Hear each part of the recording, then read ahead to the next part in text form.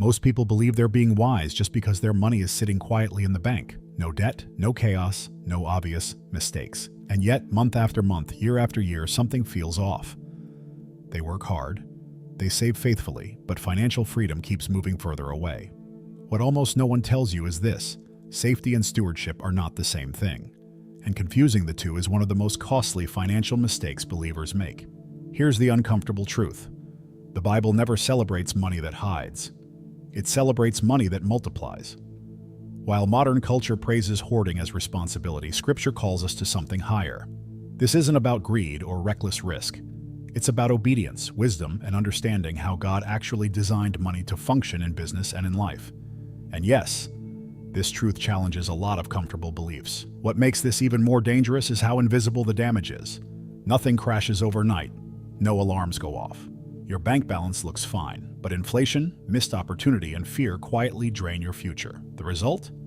People stay busy, stay saved, stay stressed, and never step into the financial authority God intended them to have. If you've ever wondered why praying harder hasn't changed your finances, if you've ever felt guilty for wanting to make money while honoring God, or if you've ever been told that playing it safe is the same as being wise, this conversation is for you. Because the Bible doesn't oppose growth. It commands stewardship, and stewardship always involves movement. If you like our content, consider supporting our ministry through the link in the description. In this message, we're going to uncover a biblical financial framework that separates fear from faith, safety from strategy, and saving from true stewardship. Not theory, not hype, just timeless wisdom that shows you how to position your money to work for you, without compromising your values or your calling. Why safety and stewardship are not the same thing. Many people confuse feeling safe with being wise, especially when it comes to money. Keeping cash in the bank feels comforting, predictable, almost like a financial blanket. But biblical stewardship was never about comfort alone. It was about responsibility, intention, and growth. Safety soothes emotions while stewardship shapes outcomes. One preserves the present, the other prepares the future. And this confusion is quietly costing people their calling in business and their ability to make money wisely. Scripture never praises money that simply sits still. In fact, throughout the Bible, God consistently honors movement, action, and faith-filled decisions. Proverbs 21:5 reminds us that the plans of the diligent lead surely to abundance, not the plans of the cautious who never act. Diligence implies strategy, effort, and thoughtful risk. Stewardship is active by nature. It asks not, how do I protect this, but how do I multiply what I've been entrusted with? Here's where many well-meaning people get stuck. They think avoiding risk is wisdom, but biblically, avoiding responsibility is closer to fear than faith. In the parable of the talents, the servant who buried his money wasn't punished for losing it. He was punished for doing nothing with it. That detail matters. God didn't condemn him for bad results, but for inactive stewardship. Money that never moves never fulfills its assignment.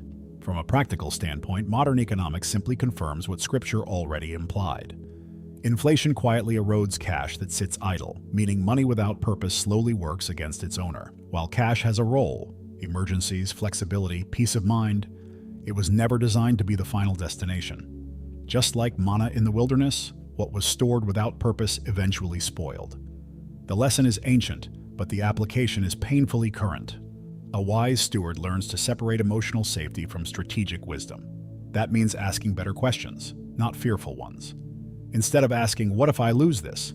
The steward asks, what does God expect me to do with this? For some, that might look like learning basic investing through broad market index funds. For others, it might mean reinvesting into a small business, education, or skills that increase their ability to make money long term. And here's the tension most people don't notice yet. The longer safety becomes the goal, the harder stewardship feels. Comfort slowly replaces growth, and preservation replaces purpose. This is why the Bible constantly pulls the reader forward, never allowing them to settle too long in one place. That same principle applies to money, and it naturally leads to a deeper question about what really happens when money stays idle for too long, something the next topic quietly begins to uncover. Idle money, the silent thief. The Bible warned about. Idle money doesn't announce itself as a problem. It doesn't ring alarms or send warning signs. It simply sits there, quietly shrinking while giving the illusion of control. Most people assume that if they're not spending their money, they're being responsible. But biblically and financially, Money without movement slowly becomes a liability. It doesn't scream danger, it whispers comfort, and that's what makes it so deceptive in business and in life. The Bible often warns against subtle loss rather than obvious disaster. Ecclesiastes 10:18 says, "Through laziness the rafters sag, because of idle hands the house leaks." Notice the imagery. Nothing collapses instantly. The damage happens slowly, unnoticed, until repair becomes urgent and costly. Idle money works the same way. Inflation, rising costs, and missed opportunities quietly eat away at purchasing power while people feel safe watching a static bank balance.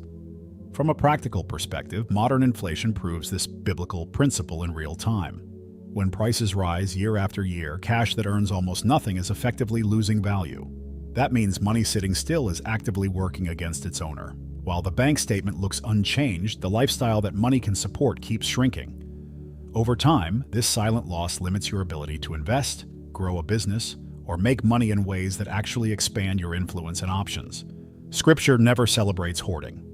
Proverbs 11:24 states, "One gives freely, yet grows all the richer. Another withholds what he should give and only suffers want." This verse isn't just about generosity toward others, it's about flow. Money was designed to circulate, to move with purpose. When resources stop flowing, stagnation sets in, spiritually, mentally, and financially. Wise stewards learn to expose the silent thief early. That means tracking not just how much money they have, but what that money is doing. Is it protecting a necessary emergency fund, or is it avoiding responsibility? A simple habit is assigning every dollar a role, some for stability, some for growth, some for opportunity. When money has a mission, it stops being passive and starts becoming productive. What most people don't realize yet is that the greatest cost of idle money isn't even financial. It's missed momentum. Every season of inactivity delays compounding, learning, and growth. And once you see how much ground is lost by doing nothing, it naturally raises a deeper, biblical question. If God dislikes idle servants, what does he expect his people to do with the resources placed in their hands? That question leads directly into the next topic. The parable of the talents, God's blueprint for money, business, and growth. Few biblical stories explain money and stewardship as clearly as the parable of the talents. Jesus tells of servants entrusted with resources, each according to their ability, and then held accountable for what they did with what they received. This alone destroys the idea that faith means passivity. God did not measure the servants by how safe they played it, but by how faithful they were in producing growth. In God's economy, multiplication matters. The servant who buried his talent thought he was being careful. He avoided risk, avoided loss, and preserved what was given. Yet Jesus calls this servant wicked and lazy, not because he lost money, but because he refused responsibility. This is a powerful warning for modern believers. Money kept idle out of fear is not neutral behavior. Biblically speaking, fear-based preservation is disobedience, disguised as caution. From a business perspective, this principle shows up everywhere. Capital that is never deployed cannot grow.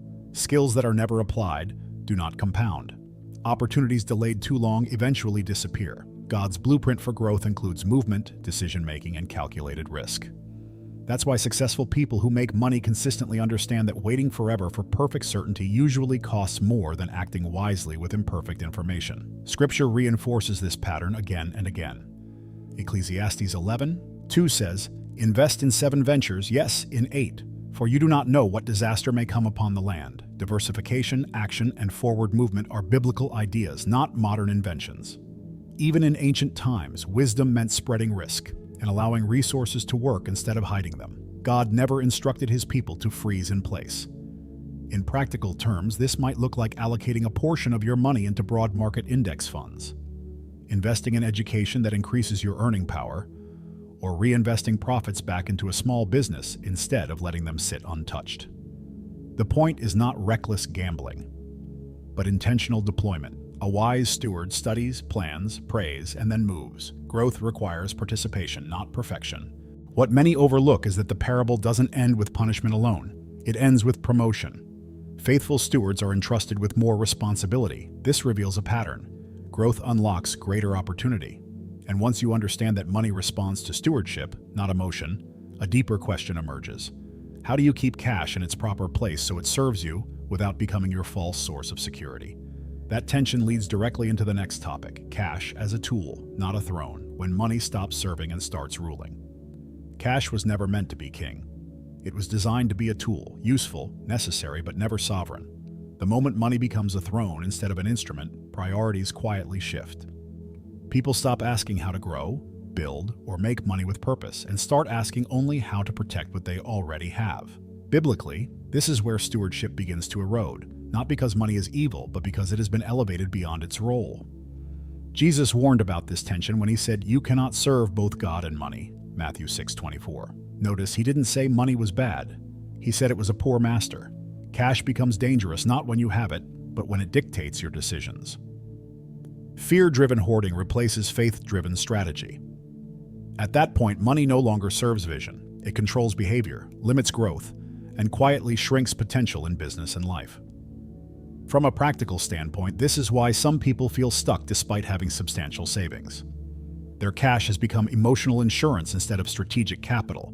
Instead of asking, "What can this money build?" they ask, "What if something goes wrong?" While emergency funds are wise, excessive reserves often signal fear, not wisdom.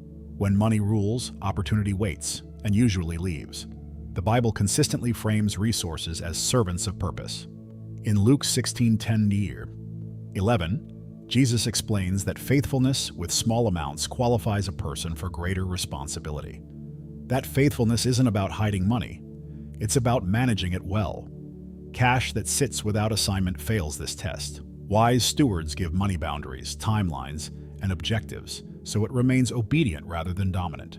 In modern terms, this could mean setting a clear cap on emergency reserves and intentionally directing excess cash toward growth vehicles. That might include funding a business idea, acquiring income-producing assets, or investing in long-term markets that historically reward patience and discipline. When money has instructions, it stays humble. When it doesn't, it slowly becomes an idol disguised as safety. The subtle danger is that thrones are comfortable.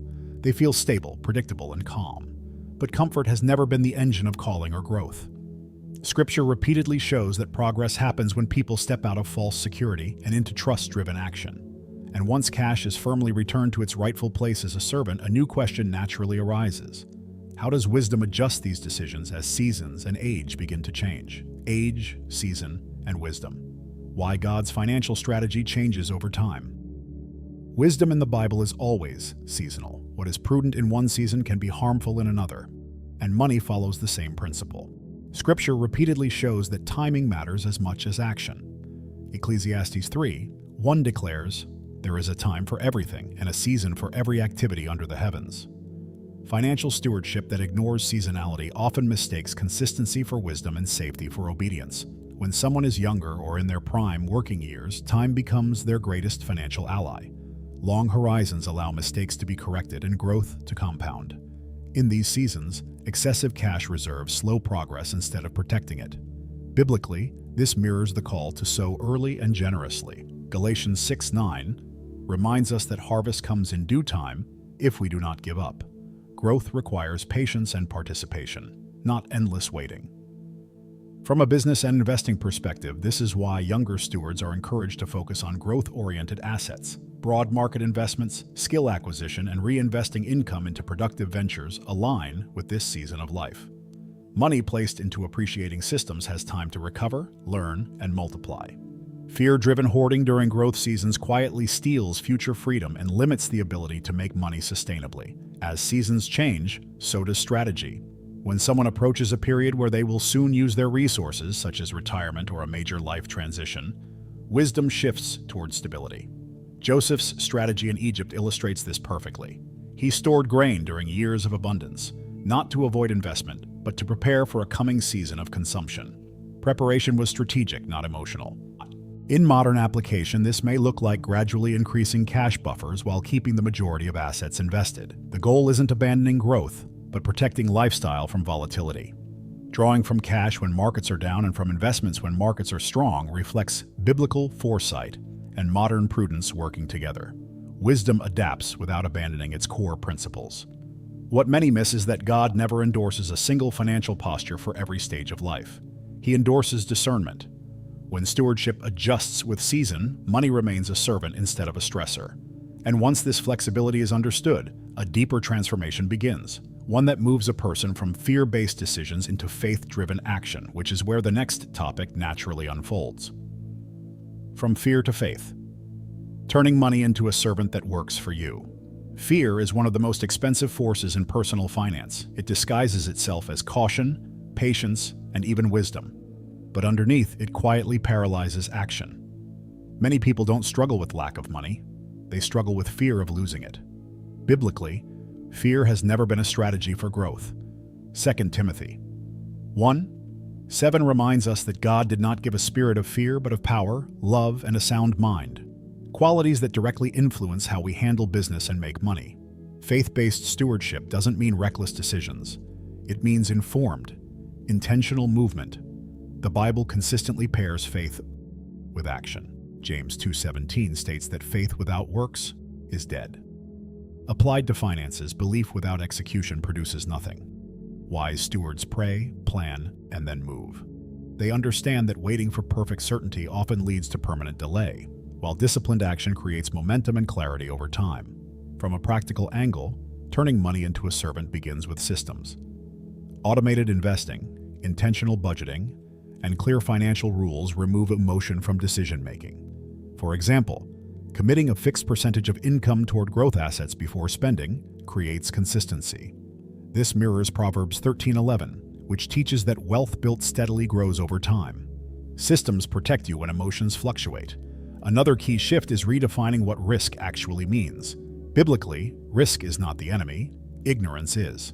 Hosea 4:6 says, "People are destroyed for lack of knowledge, not lack of safety." Learning how markets work, understanding basic investment principles, and studying successful business models reduces fear and increases confidence.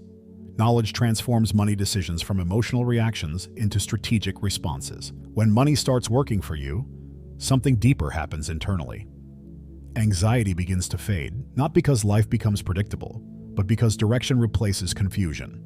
Instead of constantly asking, "What if something goes wrong?" the steward asks, "What is my money building right now?" That mental shift alone changes how people view income, opportunity, and long-term impact. This is where stewardship reaches maturity. Money stops being something to hide behind and becomes something to deploy with purpose. Fear loses its grip, faith gains structure, and resources align with calling. And once a person experiences that shift, they're ready for something even deeper. The moment where everything they've learned must come together into a unified vision, which quietly sets the stage for what comes next. Now comes the most important part. Not what you heard, but what you do next. Knowledge without action doesn't change outcomes. It only creates the illusion of progress. The Bible is clear. Stewards are not rewarded for what they know, but for what they multiply. So the real question is simple and uncomfortable at the same time. What is your money doing right now? Is it hiding, or is it working? If you've been playing defense your entire life, this is your moment to rethink the game. God never called his people to survive cautiously. He called them to build wisely. That doesn't mean gambling. It means learning, planning, and moving with intention, whether it's restructuring how you save, how you invest, or how you approach business. Small, obedient steps today compound into powerful freedom tomorrow. Ask yourself this: if nothing changes in the way you handle money, where will you be 5 or 10 years from now? Will fear still be making decisions for you, or will faith be guiding strategy? The future version of you is being shaped by the financial habits you practice right now. Stewardship isn't about perfection, it's about direction. Write in the comments, "My money works for God's purpose," and watch how this powerful declaration begins to shift the course of your business and your finances from this day forward. If this message challenged you, inspired you, or exposed something you hadn't considered before, don't let it end here. Apply what you've learned. Start assigning purpose to your money. Begin treating it like a servant, not a security blanket. And if this teaching helped you see finances through a biblical lens, consider supporting our ministry through the link in the description. Subscribe to the channel and activate notifications so you can continue learning how to honor God while building real, lasting wealth.